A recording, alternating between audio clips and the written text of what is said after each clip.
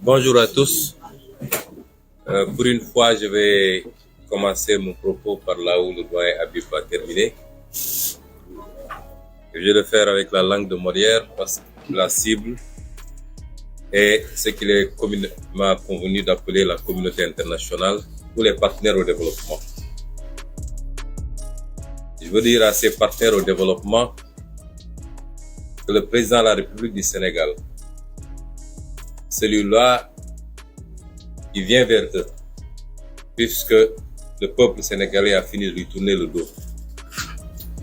pour dépeindre l'opposition sénégalaise sous les habits et le visage d'une opposition d'abord irresponsable, violente, une opposition qui abriterait des terroristes, mais une opposition qui serait contre les intérêts étrangers. Puisque c'est ce tableau qui est présenté aux chancelleries et aux différentes institutions internationales. La plupart du temps, ces derniers ne font aucun effort pour avoir le contact minimum avec cette opposition qui a fini d'avoir la confiance du Sénégal et des Sénégalais, puisque cette opposition aujourd'hui représente quasiment 54% de l'électorat si on s'en fie aux dernières élections. Je voudrais dire à cette communauté internationale que ce président de la République, qui tend à leur faire croire qu'il est la seule garantie d'un Sénégal stable, d'un Sénégal qui peut coopérer correctement avec eux, qui peut garantir leurs intérêts, d'un Sénégal démocratique, eh bien ce président de la République est ce garant de la gabegie, de la malgouvernance, du détournement des deniers publics, et particulièrement dans des moments extrêmement graves, des moments de crise sanitaire, des moments où énormément de Sénégalais ont perdu la vie, que ce président de la République puisse être le promoteur, mais également le protecteur de pratiques malsaines qui ont permis à certains de ses collaborateurs, ministres particulièrement et principalement, de détourner des milliards de fonds auxquels ils ont contribué. Vous avez contribué, vous, partenaires au développement, institutions internationales, bailleurs de fonds, partenaires bilatéraux, partenaires multilatéraux. 84% de ces fonds sont issus de vos financements. Mais 84% de ces fonds traduisent l'effort du peuple sénégalais, un peuple qui souffre, un peuple frappé de plein fouet par la pauvreté, le chômage, l'incurie dans tous les secteurs d'offres en biens de services publics. Et ce peuple-là, malgré tout, se serre la ceinture pour donner caution à ses gouvernants, leur permettre d'emprunter à son nom, mais également de contribuer. Ce peuple-là qui continue à contribuer fiscalement pour que l'État puisse avoir les moyens de sa politique. Ce président de la République-là est le garant de ce système. C'est pas seulement à ce niveau-là, puisque les rapports, il y en a encore et encore. Le dernier rapport sur le Sénégal du département d'État a souligné que des institutions, des instances, des organes ont été mis en place pour contrôler la gouvernance publique, mais que souvent leurs rapports ne sont pas suivis d'effet. Je vous ai rappelé que dernièrement, la présidente sortante de l'OFNAC a dit que rien que l'OFNAC a aujourd'hui plus de 40 dossiers sur la table du procureur. 40 dossiers de détournement de deniers publics. C'est des dizaines, voire des centaines de milliards. Et c'est cet homme-là qui vient se présenter à vous comme étant un messie et vous faire croire qu'il peut violer encore la constitution du Sénégal pour se prévaloir d'une troisième candidature. Parce qu'il serait le seul à pouvoir vous garantir une collaboration. Je dis à ces bailleurs, ces partenaires qu'ils gagneraient à mieux connaître le Sénégal. Le peuple sénégalais est un grand peuple, un peuple mature, un peuple digne et fier et un peuple très attaché à sa démocratie. Et ce peuple tient au respect des règles parmi lesquelles la plus fondamentale, c'est sa constitution. Ce peuple tient à la démocratie comme tous les peuples. Ce peuple tient à ce que les transitions se fassent de la manière la plus apaisée, la plus démocratique, et qu'il est seul le dernier choix par rapport à celui ou à ceux à qui il veut confier le destin de son pays. C'est ce président de la République, vous, communauté internationale, qui instrumentalise la justice pour s'attaquer tous les jours à l'opposition, à la société civile, à la presse, à tous les symboles d'une démocratie vigoureuse et à tous les symboles de la vitalité démocratique, de la respiration démocratique dans un pays. Vous en êtes conscient et vous le voyez. Nous ne faisons que vous rappeler. li may wax ci gàtt nag lu gàtt di ko jagleel askanu Sénégal mooy li xew bettul kenn. xam nga il faut ñuy waxante dëgg. bu ñu mel ni xamuñu woon li xew wala ñu mel ni lii daf ñoo bett. lii daf fee am amaat fi fi ñuy wax coowal pétrole bi ñun ñu wax ci lu bëree bëri waaye dafa mel ni dégguñu woon. il a fallu que ay journalistes bitim réew BBC def reportage coow li ne gañ looloo andi woon suñuy 400 000 fu mu mujjee. ñaata rapport la Cour des comptes déposé Cour des comptes at bu ne mu déposé rapport dugguleet ren at bu ne Cour des comptes déposé rapport ne ministre sangam këpp na lii ministre sangam këpp na lii directeur général sangam def na lii. noonu la ko inspection générale d'État di defee. noonu la ko CENTIF di defee noonu la ko OFNAC di defee. lan ngeen ci dégg dara mbokk yi dégg nañ fi waxu drogue dégg nañ fi waxu ay raxas billet dégg nañ fi waxu passeport.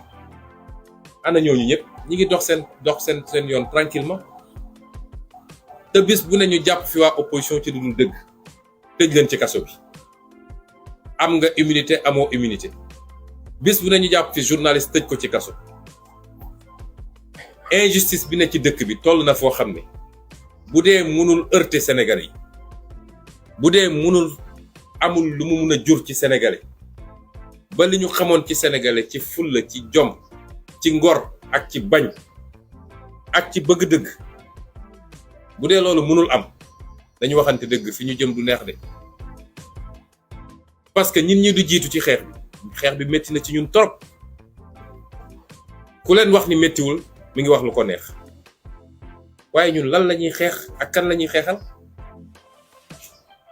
bu ñu doxee nag ba ñi doon xeex ñëpp banque seen yoxo réew mi dina dugg ci guuta goo xam ne mara day taali te askan nag moo mëne. lii di xew ci réew mi France bee Nicolas Sarkozy président de la République la woon président de la République tey ñu ngi koy topp ci lan surfacturation ci campagne am du xaalisu France de nee nañu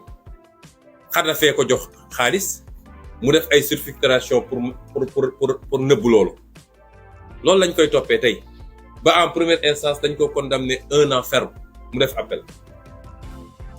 xoolal loolu wax naa leen keroog kaawu député eurodéputé polonaise boobu nga xam ne Qatar la dem ñu may ko xaalis du xaalisu Pologne du xaalisu Union européenne tey ma nga kaso. États-Unis bee ngeen dégg barki démb dégg ngeen ñu ne déclaration fiscale déclaration l'impôt Donald Trump waa impôt mujj nañ koo jox waa Sénat ñetti at waa Sénat di ko laaj pour ñu càmbar ba xam ndax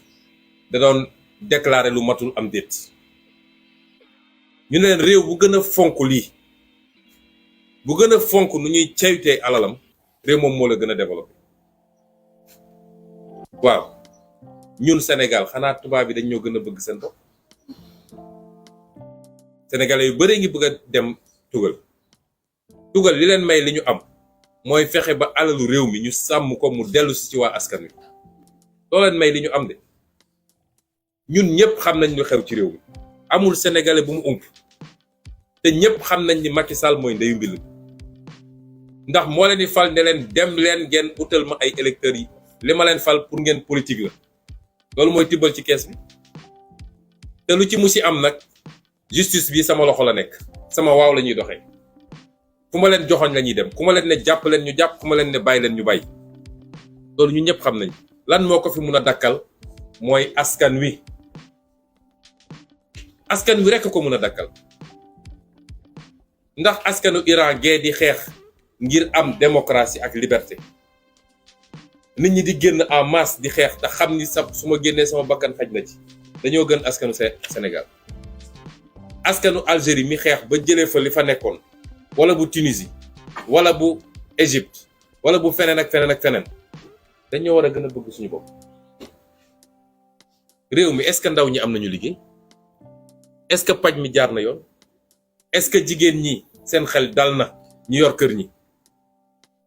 est-ce que école yaa ngi dox ñu war a jël ay milliards ci alalu réew mi di ko jaarale foo xam ne du yoon ñun ñëpp ñu koy gis bu ñëw ñu nëppal ko fexe ba mu jàll. moo tax man askan wi rek laay waxal ñun de bañuñu xeex bi luñ ci góobee gar ko waaye nag ndimbal na ca fekk loxol borom léeg-léeg li ñuy laaj nit ñi du lu bari de te injustice bi nekk ci réew mi bu wóyee nag gëm naa ni dina bari ñuy teggi seen loxo de. dégg naa ab journaliste bu def chronique taay ne Pape Ali est-ce que askan wi jar na ko doon wax ak Pape Ali Niang ñun dañoo jàpp ni askan wi jar na ko moo tax jaral nañu suñu bakkan wi waaye léeg-léeg dañuy soxla suñu gestoo wala suñu woowee askan wi mu wuyuñu loolu baax na ci liggéey bi bëgguñu ñu jàpp kenn ci askan wi ñun mun nañu def lan waaye léeg-léeg day baax la tax ngay sonn wala ñi tax ngay sonn boo leen woowee ci loo xam lu yomba def la boo wëti koo gis leen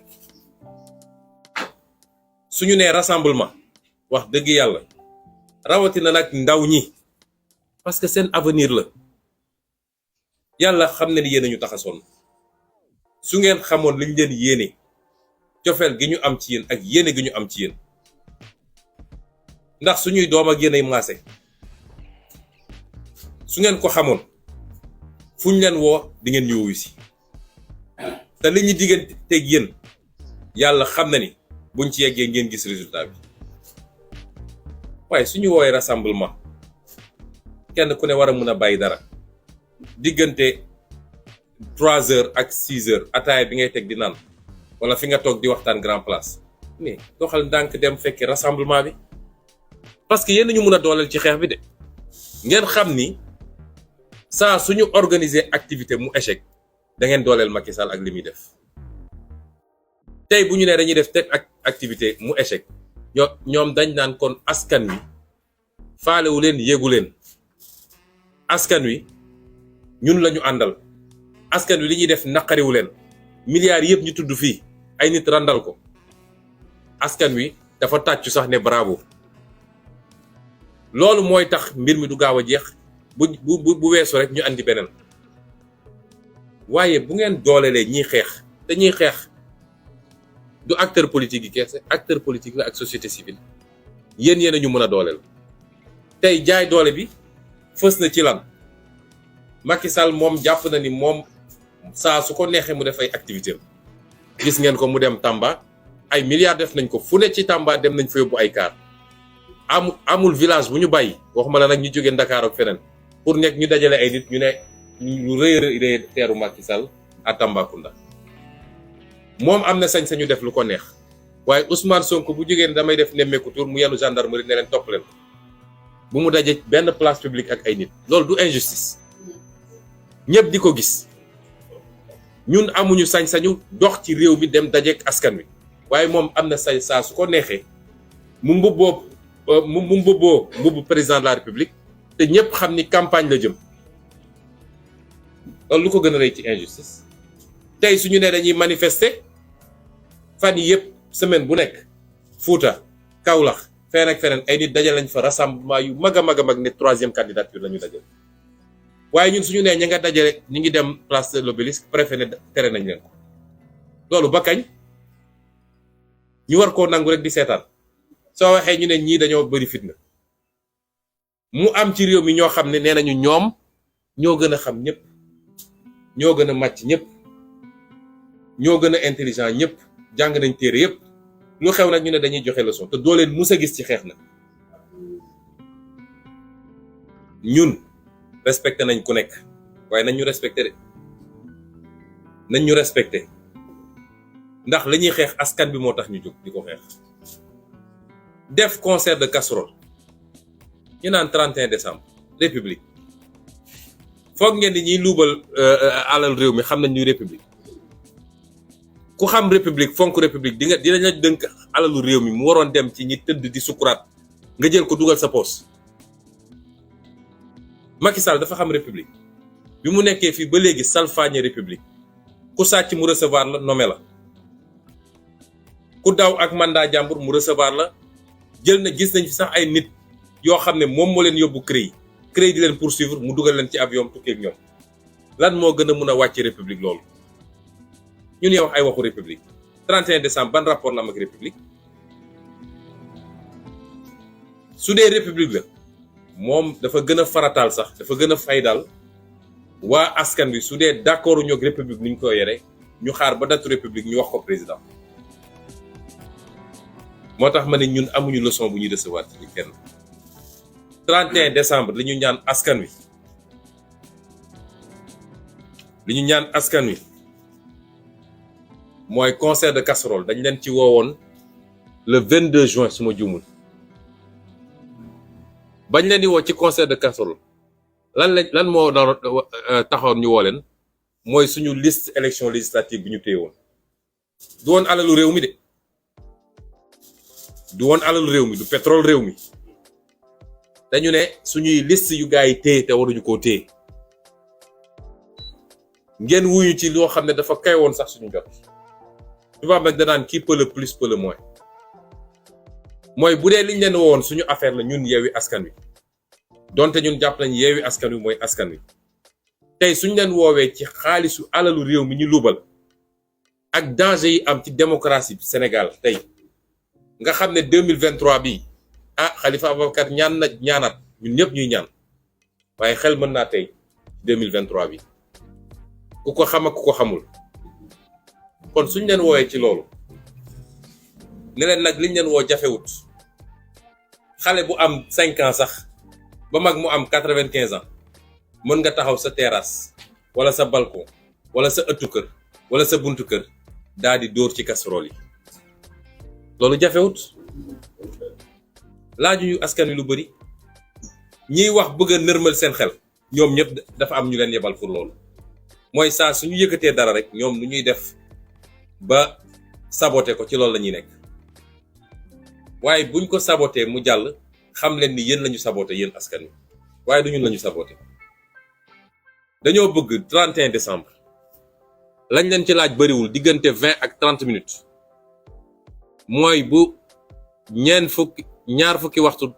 dooree tàmbalee muy 20h ba 20h20 20h30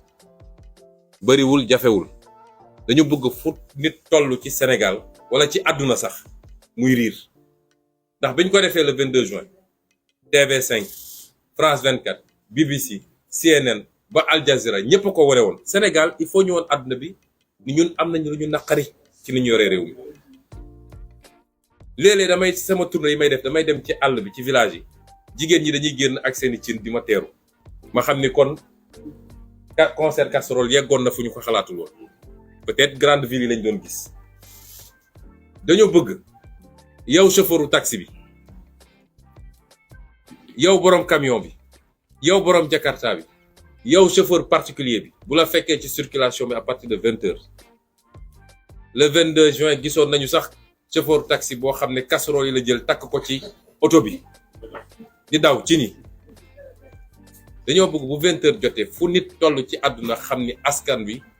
kontaanul ci Macky Sall ak njabootam ci ni ñu yoree réew mi ci jamono joo xam ne askan wi sonn na loolu bariwut yow mi nekk sa biir kër ak âge boo munti am ak ngay góor wala jigéen le 31 décembre Sénégal war na riir ba suuf si sax di yëngatu parce que Macky Sall loolu rek la xam langage boobu ñuy fàttali nag ñun plan d'action la ñu am ñun Yewwi Askan Wi dañu woote ci ñaar bu ci njëkk mooy 31 décembre concert de casserole ñaareel bi mooy le 6 janvier rassemblement waaye lii dafa weesu mbirum parti politique wala mbirum société civile wala mbirum daayira wala mbirum lii ak lële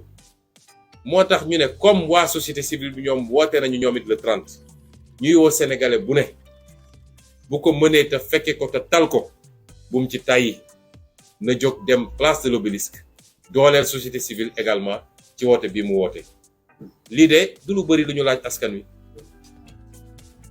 te nag askan mooy changer réewam kenn du ko changer ci place am kon ñu ngi leen di gërëm di leen sant di ñaan yàlla mu yokk ñu sutura yokk jàmm ci réew mi may ñu Macky Sall ak ñi mu àndal nga xam ne nitu fitna lañu te fitna bi li leen ciy dooleel mooy ni ñuy utiliser police gendarmerie ak justice yàlla nañu yàlla tàqaleeg ñoom ci jàmm yàlla nañu yàlla tàqaleeg ñoom ci jàmm yéene yi nga xam ne yéene yu bon la ñu am ko ci réew mi am ko nit ñi yàlla na ko yàlla wëlbati ci ñoom di dellu ñaanal nag suñu kilifa Serigne Salif Mbacké nga xam ne taxawaayam ak liggéeyam ci Sénégal ñëpp xam nañ ko tey yàlla def muy anniversaire bi